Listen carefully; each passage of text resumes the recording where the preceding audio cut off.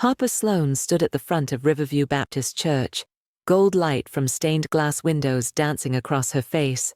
She clutched the hymn book, heart pounding. Across the aisle, Pastor Elijah Reynolds delivered a sermon about faith and forgiveness, and in that moment, she knew he wasn't preaching to the congregation. He was preaching to her. Their secret affair, begun in flickering candlelight behind closed doors, promised solace in her broken marriage and meaning to his fading passion. But sin comes with a cost. One evening, Harper found an envelope on her doorstep. No signature, only a Polaroid of her and Elijah, entwined, taken in the pastor's office. The next morning, whispered rumors filled the pews.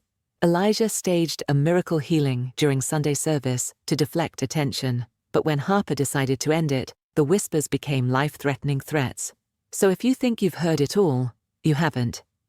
Hit follow on your favorite platform and leave us a comment, because the next story might just change the way you see everything. Don't miss a single twisted turn. Chapter 1. The Choir Loft Confession. Sunday morning in Riverview, Georgia felt like a scene from a postcard.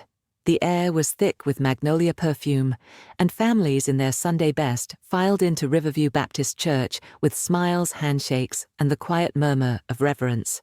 The church, built with stone and red clay brick, stood as a monument of Southern grace and gospel. Cypress pews, stained glass windows, and a pastor who, for many, felt like a bridge between heaven and earth. But behind the pulpit, Pastor Elijah Reynolds was fighting a very human battle. At 39, Elijah was charismatic, eloquent, and devastatingly handsome, in a way that made the older women call him anointed, and the younger ones struggle with impure thoughts. He delivered the word like poetry, strong, confident, and passionate. But recently, his sermons had become more emotional, more erratic. The elders assumed he was battling spiritual warfare. They weren't wrong, just not in the way they thought. Harper Sloane stood in the choir loft, her voice rising with the hymn, but her eyes locked on Elijah. Her dark curls were tucked under a modest hat, lips red against her brown skin, and her white robe. Every major local outlet had the story. Scandal at Riverview, pastor's past exposed in viral video. Some defended Elijah, some condemned him, some blamed Ava for airing it all publicly. But the church was bleeding. Micah came home drunk again. He didn't say anything at first, just sat on the edge of the bed, rubbing his hands together.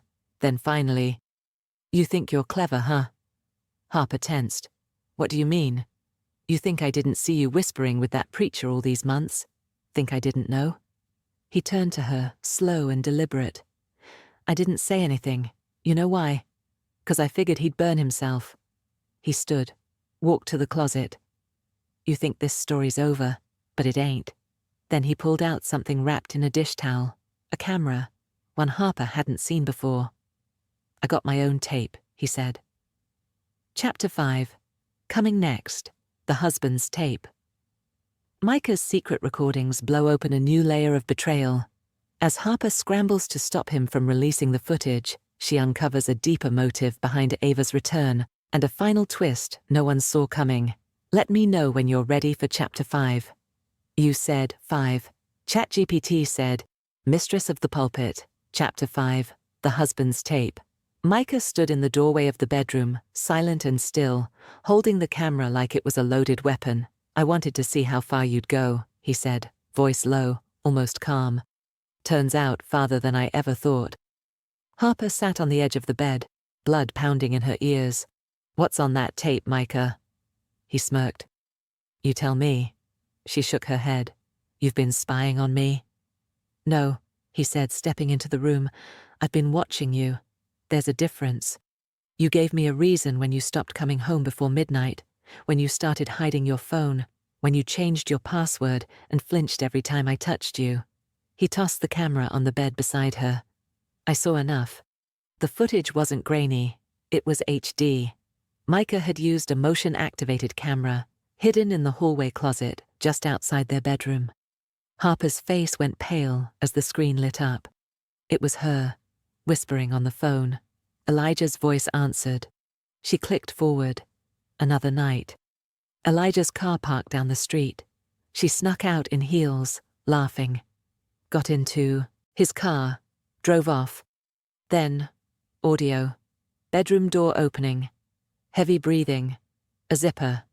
Micah had deleted nothing. "You planning to leak this?" she asked, numb.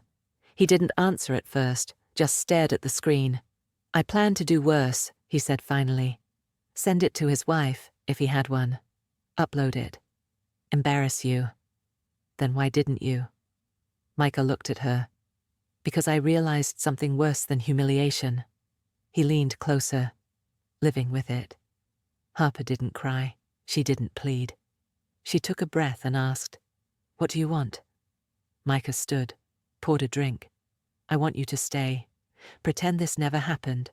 Fix your image in town. Sing in the choir. Smile for the camera." She blinked. "You want to stay married?" He nodded. "Until I decide it's over. And when I do, you'll be the one everyone thinks ruined it." Harper swallowed hard. "You want control. I want balance." That same night, Ava Marsh stood in her hotel bathroom, deleting voicemails one by one. All from Elijah, all begging. She paused at one.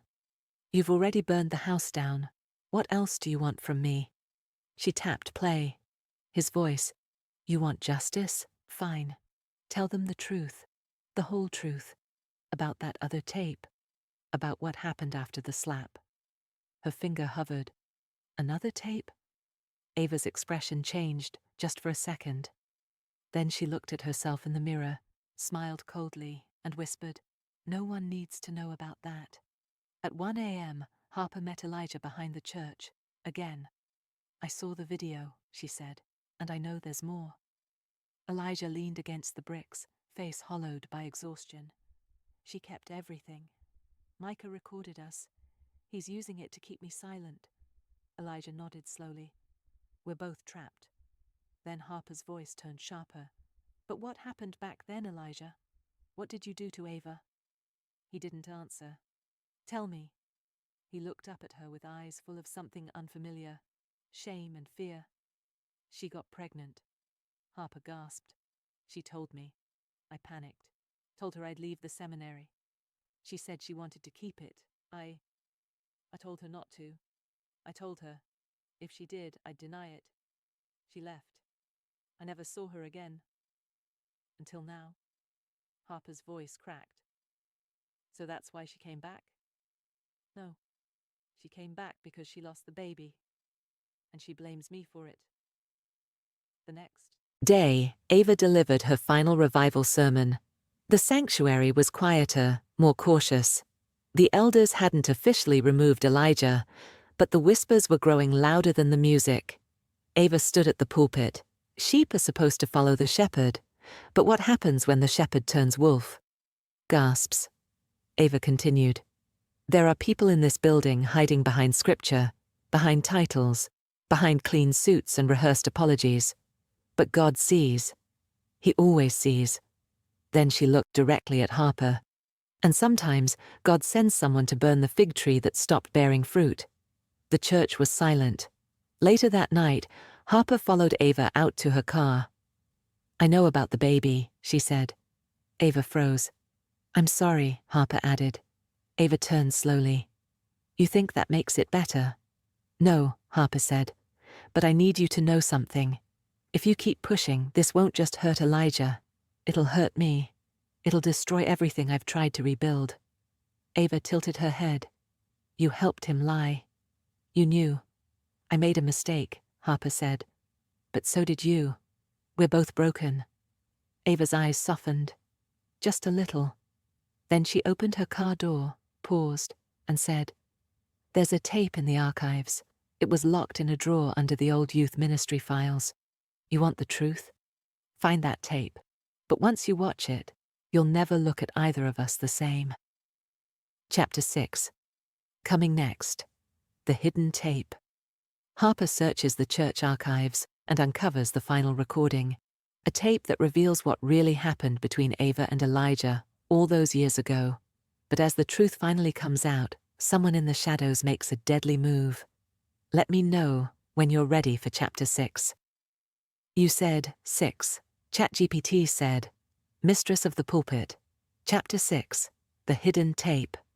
Sunday night was cold and wet, rare for a Georgia July. Rain fell softly over Riverview Baptist Church as Harper Sloane used the spare key from the choir room to enter through the side door. Her shoes echoed through the hallway as she moved past portraits of old pastors and revival flyers. The light from her phone cast long shadows across the stained carpet. She was heading to the archives. Ava had said the truth was buried there, under Youth Ministry 2007. That meant filing cabinets, locked drawers, old tape decks, and forgotten secrets no one ever intended to resurface. But Harper was done with silence. She needed to know who she had been protecting, and who she'd become in the process. In the far corner of the archive room was a rusted grey filing cabinet, dented on the side. She tugged the middle drawer. Locked. Then she spotted a narrow plastic container on top of a stack of camp curriculum folders, labeled simply, Confidential. Inside was a small mini-DV cassette. No date, no label, just dust and silence. Harper's fingers trembled as she slid the tape into an old camcorder she found in the same box. She plugged it into a small wall-mounted monitor, flipped the switch, and waited. The screen flickered. Then, the image came into focus. A dark office. Elijah, younger, nervous, standing with his back to the camera. Ava was seated in a chair near the corner. Her hands rested on her lap. Her expression was vacant, tired, not angry, not sad, just numb. Elijah spoke first. "Why are you recording this?" "To protect myself," Ava replied softly. "Because when this is over, I want the truth to exist somewhere." Elijah paced, rubbing his hands. "You think I'm the only one responsible? You think I forced this?" "I was 17, she whispered. He stopped, turned. "You were old enough to know what you were doing." Her eyes flashed. "I was a kid, Elijah. You were the intern preacher. You used prayer to get me alone. You said I was special, that God had put me in your path." He said nothing. She continued. "You manipulated me. Then you left me alone with the consequences." Elijah sank into a chair, head in his hands. "I didn't know what to do." "You didn't do anything." There was a long pause. Then Ava reached into her bag and pulled out a medical form. She held it up. "Termination of pregnancy," she said. "Signed, dated, alone." The screen blurred as the camcorder's battery died. Harper stared at the frozen frame. The truth wasn't just ugly. It was irreversible. Elijah had abused his power, covered it with sermons, buried it in the walls of a church that had praised his name. And she, Harper, had been his cover, the newer version of the same sin. She took the tape and ran home. By the time she arrived, Micah was waiting. "You were at the church," he said. "I saw the motion alert on the front gate." Harper ignored him. She rushed past him, heart hammering. She needed to think, to decide. Upload the tape, give it to the board, give it to Ava, or destroy it and pretend none of this had ever happened. Micah followed. "You still protecting him?" he snapped. "Even now?" She turned on him. "No, I'm trying to protect myself." Micah narrowed his eyes. "You ain't the victim, Harper." She stared at him for a long moment, then said, "Maybe not. But neither are you." The next morning, Harper arranged a private meeting with Ava at the riverside bench behind the church, where no cameras or microphones lingered. She brought the tape. Ava took it, looked at it in her hands, like she was holding a part of her own soul. "I knew he recorded me," Ava whispered. "He said it was for accountability." She smiled sadly. "But he never showed anyone." Harper asked, "What are you going to do with it?" Ava didn't answer. Instead, she looked at Harper and said, "I think you already know this ends with someone falling." That evening, Elijah returned to the church for what he claimed would be his final sermon. He stood in the pulpit before a half-empty sanctuary. Some were loyal. Some were curious. Others were just waiting for the spectacle to end. He opened his Bible, closed it, looked around. "I have nothing left to give you," he said. "I've sinned. I've lied. I've betrayed the trust of people I swore to lead. A ripple passed through the room. And I won't justify what I did, but I'll say this. I'm not the only sinner in this building. His eyes drifted toward the back, toward Harper, then toward Ava, seated quietly in the last pew. I'm stepping down, not because they forced me, because God has. Then he left, walked down the aisle, and disappeared into the rain. That night, Harper sat in her car in the driveway, exhausted. The tape was no longer her burden. Ava had it. Whatever happened next would be her call. But just as she unlocked the door to go inside, she saw something unusual on the ground, a white envelope. Inside, a photo of her, crying, holding the tape. On the back, a handwritten note. There's still one more sermon left to preach, and it's yours. Chapter 7. Coming next, the final confession. The scandal explodes one last time when Harper is forced to make her own confession, publicly. But in doing so, she uncovers the identity of the person who's been manipulating them all from the shadows. In the final moments, a dangerous truth is revealed that changes the story forever. Let me know when you're ready for Chapter 7. You said 7. ChatGPT said, Mistress of the Pulpit, Chapter 7. The Final Confession. Sunday morning arrived with a stillness that felt like judgment. The sun rose slowly, bathing Riverview Baptist Church in a golden haze that masked the darkness that had consumed it. Harper sat quietly in her car in the church parking lot, heart pounding in her chest. Today was supposed to be Ava's farewell message, but Harper knew differently. Today, the sermon was hers. She hadn't slept, hadn't eaten. The envelope, the photo, the threat, all pointed towards someone who knew her deepest shame. But who was it? Who'd watched her every move, documented every mistake, and chosen this moment to destroy her? Harper stepped from her car, gripping the envelope tightly, and walked into the sanctuary. Inside, whispers filled the pews. Half the church had stopped attending, but today even those who had stayed away couldn't resist the spectacle. The choir loft stood empty. Elijah was gone. Ava sat in the front pew, calm, unreadable. The board members sat stiffly along the side wall, tense and uncertain. Harper walked straight to the pulpit. She tapped the microphone gently.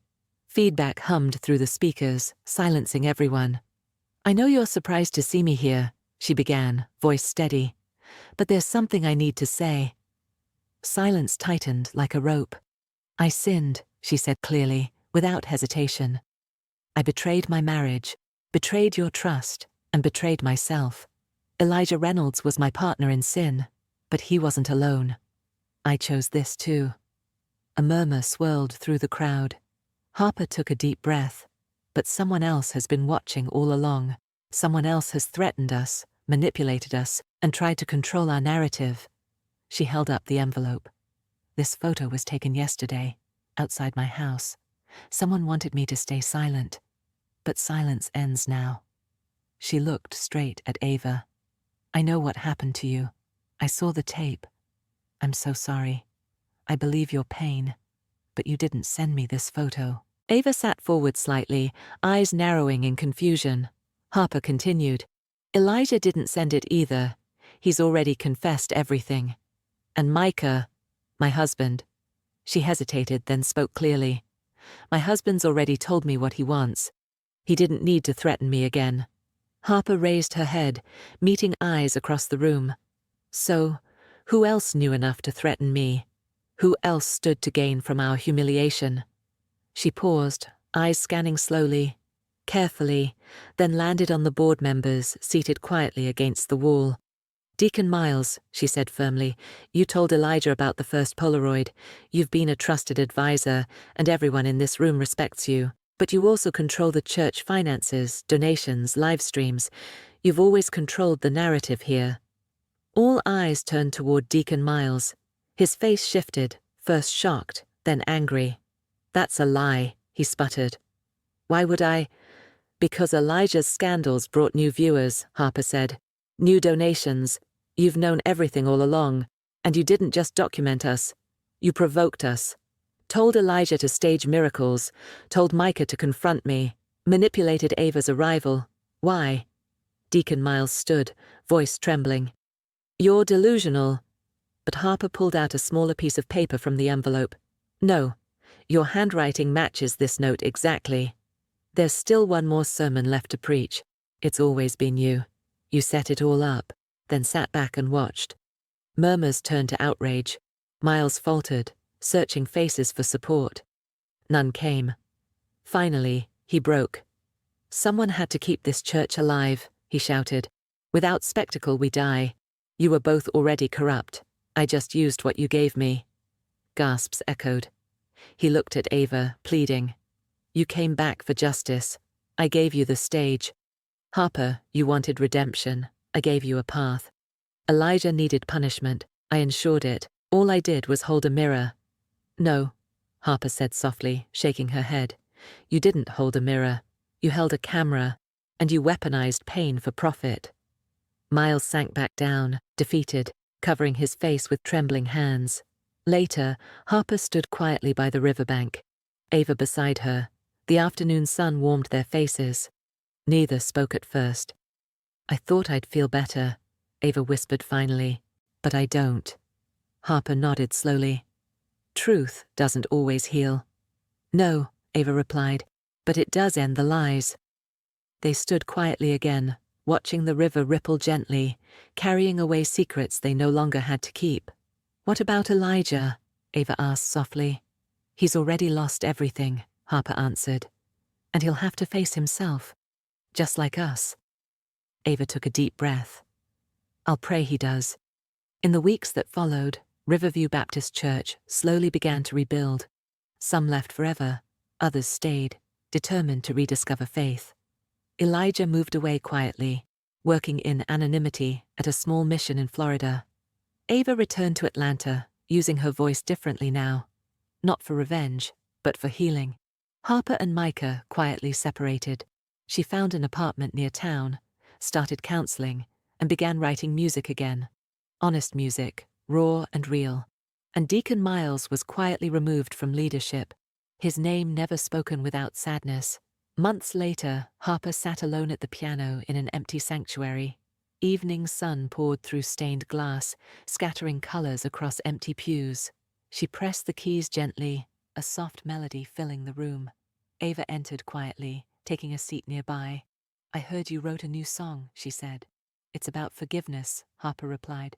"Not theirs, ours." Ava nodded softly. Harper continued playing, her voice quiet and clear. "We were lost. We were liars. We were sinners in the choir. But sometimes broken hymns bring us closer than before." The last notes lingered in the air, then faded, clung just slightly too tight at the waist. She knew he was watching her. He always was. Every note she sang was an invitation, a reminder of the secret they had been keeping for 7 months. She was married. So was he. To the church. Their first moment of weakness came during a Wednesday night prayer rehearsal. A brief storm knocked out the power, and in the candlelit silence, Harper cried over her failing marriage, her loneliness, the bruises that weren't always emotional. Elijah comforted her. Then he kissed her. What was supposed to be a prayer turned into a confession. What was supposed to be comfort turned into lust, and they never stopped. That morning, Elijah preached a fiery message on temptation in the wilderness. His voice boomed through the sanctuary, sweat beading at his temples. Even Jesus, even our Lord was tempted, but he did not give in. He turned away, he shouted, pounding the pulpit. The congregation cheered. But what happens when temptation stares you down in the middle of your ministry? What happens when your wilderness is a woman in a white robe? His voice cracked on the last line. The congregation didn't notice the shift, but Harper did. Her heart dropped.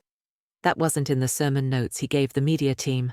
After the service, they met like always, behind the choir room, through the janitor's hall, into a little storage closet where no one ever checked.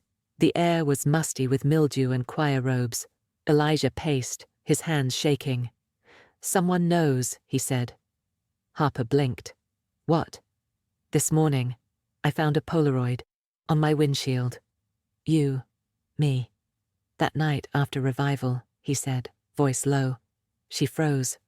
Her mouth went dry. I destroyed it, but whoever took it, they want something. Are you sure it's not a prank? She asked, but her voice betrayed her own fear. He stepped close. This isn't a prank, Harper. I got a call too. Blocked number, man's voice, said if I don't make a miracle happen next week, he's going public. A miracle?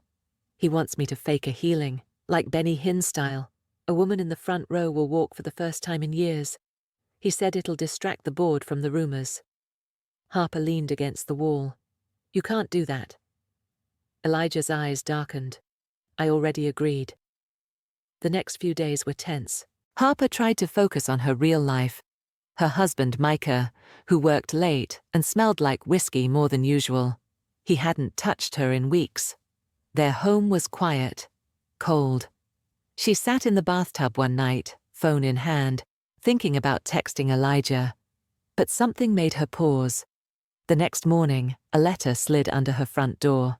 No envelope, just a single sheet of paper. You're the devil's soprano. The whole town will know your song.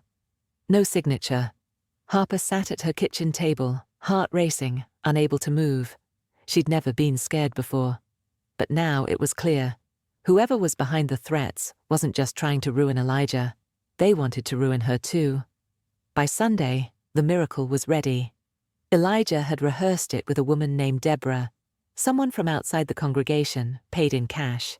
He would call her up, lay hands on her, and she would walk after being in a wheelchair. The sanctuary was packed.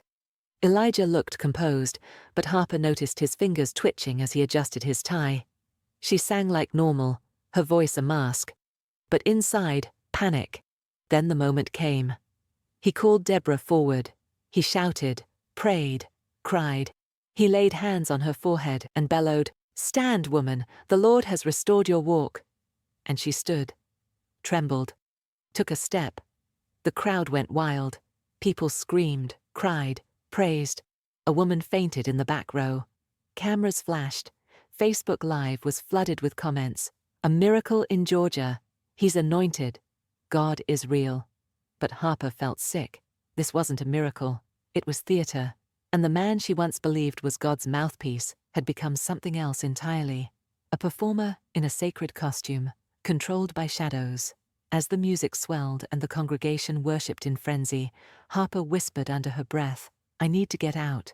But someone had just started playing a new note in their deadly duet, and walking away wouldn't be that easy. Chapter 2. The Price of Forgiveness. 3 days passed. 3 sleepless nights of watching the front door, jumping at creaks in the floorboards, and rereading the threatening note under the pale light of the kitchen lamp. Harper Sloane had known sin. She'd known shame. But she'd never known fear like this. Elijah hadn't called, not since the staged miracle. The silence was almost worse than the lies. On Wednesday, Harper sat in the back pew of the sanctuary after choir rehearsal. Everyone else had gone home. She stared at the empty pulpit, the place where Elijah had once moved her to tears with a single phrase. Now, all she could think of was how easily he'd shouted, "Stand, woman," like it was a magic trick. It worked. The board believed it. The crowd believed it. Even her husband had replayed the live stream, saying, "That man's got the spirit in him." If only he knew the spirit was fear, and the strings were being pulled by someone unseen. Harper made up her mind. The affair had to end. No more hiding in closets. No more whispered calls at 2 a.m. No more being the weapon used to blackmail a pastor. She texted Elijah, "We need to talk. Tomorrow, noon, in the parking lot, alone." He replied within 5 seconds. No. That was it. One word. Cold. Final. She stared at the screen, stunned. And then, he called. She answered. "Elijah." "You think it's that simple?" he snapped. "You think you can just walk away? You don't understand what we've done, Harper. I know exactly what we've done, and now I'm done with it. You may be done, but whoever is behind this isn't." They sent another photo, this time to the church board. Her stomach dropped. "What?" "Yeah. It was taped to the door this morning. They think it's a hoax. But if another one comes in, they'll dig. And once they dig, they'll find you. And you're not the pastor, Harper. You're expendable. The next day, Harper went to the church anyway. The parking lot was empty. She sat in her car, watching the steeple slice the sky, waiting. A knock on the window made her jump, but it wasn't Elijah. It was a woman. Tall, tan-skinned, probably late 20s, long braids, red leather Bible clutched under her arm. Her name tag read, Ava Marsh, guest speaker, Women's Revival Week. "Sorry to scare you," she said with a smile. "Are you the music director?" "No, I'm just a member," Harper replied, shaken. Ava smiled wider. "You sing like someone with secrets." The blood drained from Harper's face. "Excuse me?" But Ava had already turned, walking up the steps to the church. That night, Micah came home drunk again. Slurred words, loud music. But something was different. He was watching her more closely. "You know what's funny?" he said, half laughing as he poured himself another drink. "The church is buzzing. That healing stuff? Miracle of the year." He leaned closer. "But you didn't look too happy in that live stream. You looked nervous." Harper tried to steady her voice. "It was overwhelming, that's all." He nodded slowly. "Maybe," he said. "Or maybe you just realized somebody's watching you." Friday. The second envelope arrived. This one was hand-delivered to her mailbox. Inside, a copy of her wedding photo, with a red X scrawled over her face, and one word written in Sharpie across the top. Jezebel. Her knees gave out. She collapsed on the living room floor, clutching the photo, breath shallow. Whoever this was, they didn't just want to expose her.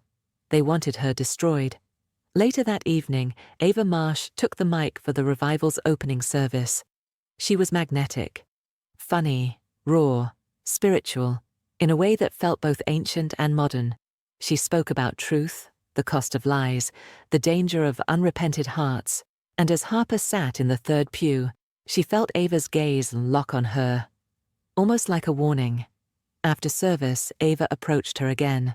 "You should come to the altar tomorrow," Ava whispered. "Lay it all down, before it eats you alive." Harper blinked. "You don't even know me." Ava smiled. "Don't I?" That night, Harper received a voicemail from a blocked number. The voice was distorted, but clear. There's still one more miracle to come. And this time, blood will be involved. Chapter 3. She Who Holds the Tape. The church basement was off limits, not officially. No sign on the door, no lock on the handle. But everyone in Riverview Baptist knew better than to go down there. It was where the old baptistry equipment sat unused, where forgotten Christmas props gathered dust, and where secrets went to rest. But that Thursday afternoon, Harper went down anyway. She had waited until the church emptied out after choir rehearsal. Elijah was in a meeting with the board. Ava had gone out to lunch with the women's ministry. And Micah had taken to disappearing most afternoons. Whether to work, drink, or spy, she didn't know anymore. Harper stepped softly through the hallway, heart thudding, and opened the door to the basement. The air was stale, thick with mildew and old hymnals. The steps creaked under her feet. She descended into darkness. It was Elijah who had once mentioned the tapes. Back when their affair was new and reckless, he'd laughed while helping her look for old sheet music in a storage closet and said, "There's probably still VHS tapes down there from the 90s, back when services were recorded on camcorders and prayed over for blessing." She hadn't thought about it then. But now?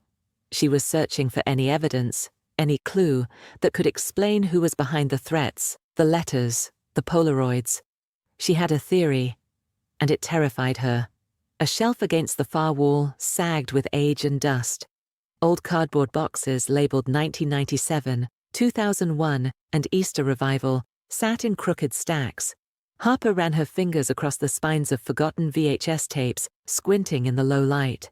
Then she saw one with no label, just a strip of masking tape with the faint imprint of something scratched out. She pulled it down. Cold dust coated her palms. She looked around.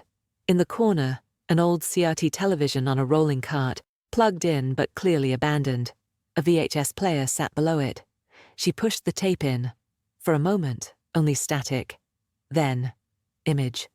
The video opened on a familiar sanctuary, dim and blurry, like a dream underwater. The date in the corner read, March 2007. The camera was shaky, handheld, hidden behind pews. Voices whispered behind the lens. One male, one female. Harper leaned in. The camera zoomed toward the pulpit.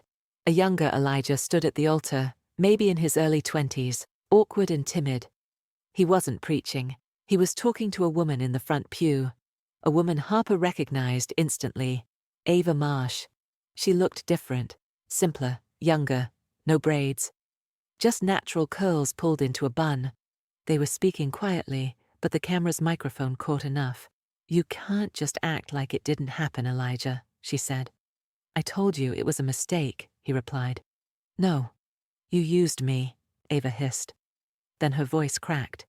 "And now you're gonna lie to God, in God's house?" He looked away. "This can't go on." She slapped him. The sound echoed. A door creaked. The footage cut to black. Harper's breath caught in her throat. She pressed rewind, played it again, and again, trying to make sense of what she'd just seen. Why had this tape been hidden? Why had Elijah never mentioned Ava before? Why had Ava never mentioned him? Suddenly, everything clicked. Ava hadn't just arrived in Riverview. She had come back. Later that evening, Harper watched from the back of the sanctuary as Ava took the mic again, preaching on the power of forgiveness. But her words hit differently now. "Some people think hiding sin is protection," Ava said, her voice like honey laced with steel.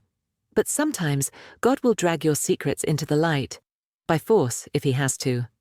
Their eyes met, and for the first time, Harper saw the real Ava Marsh.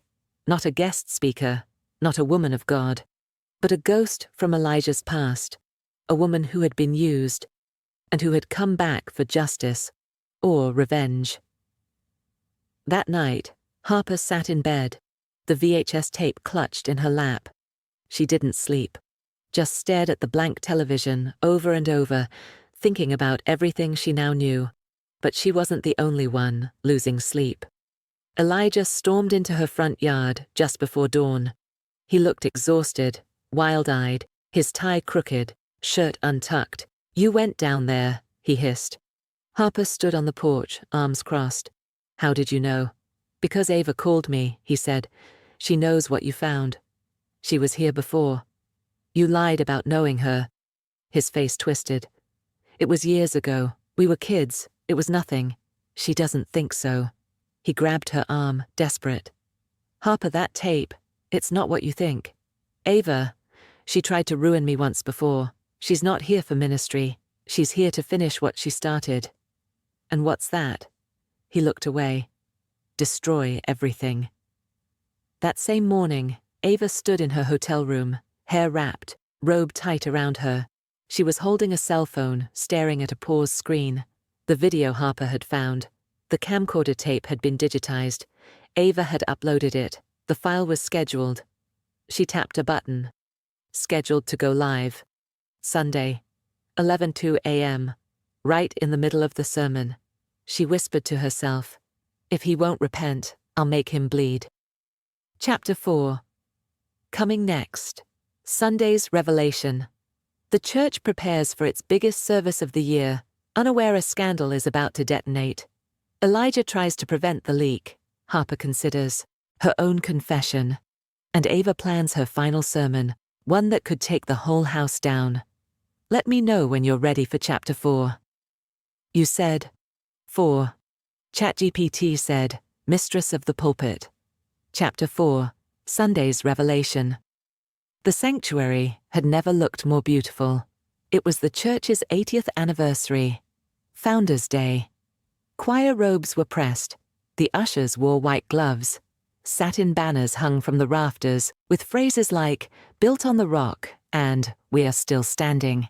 And seated in every pew were pillars of the community, mayors, judges, even a local news anchor. But the man behind the pulpit was crumbling. Pastor Elijah Reynolds stood behind the altar, adjusting his mic, sweat already glistening beneath his collar. He'd barely slept. Every second ticked louder in his head. Because at exactly 11 a.m., something was going to happen, something he couldn't pray his way out of. The night before, he had tried everything. He begged Ava in the parking lot of the hotel. He offered money. He offered public repentance.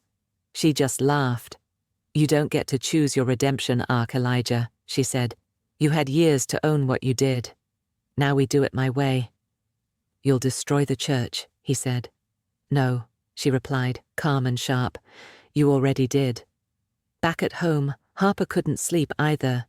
She watched the VHS tape again, this time with the sound off. She already knew the words. What she focused on now were the faces. The shame in Elijah's, the fury in Ava's. It wasn't just a breakup, it was a cover-up. She thought about burning the tape, mailing it anonymously, uploading it herself. But something inside her paused. What if Ava wasn't just seeking justice? What if this was revenge? She paced for hours, debating whether to show it to Micah. But he had been acting off for days now. Quiet, observant. Last night, he'd asked her point blank, "You still seeing him?" She lied. He nodded once. "Better be the truth.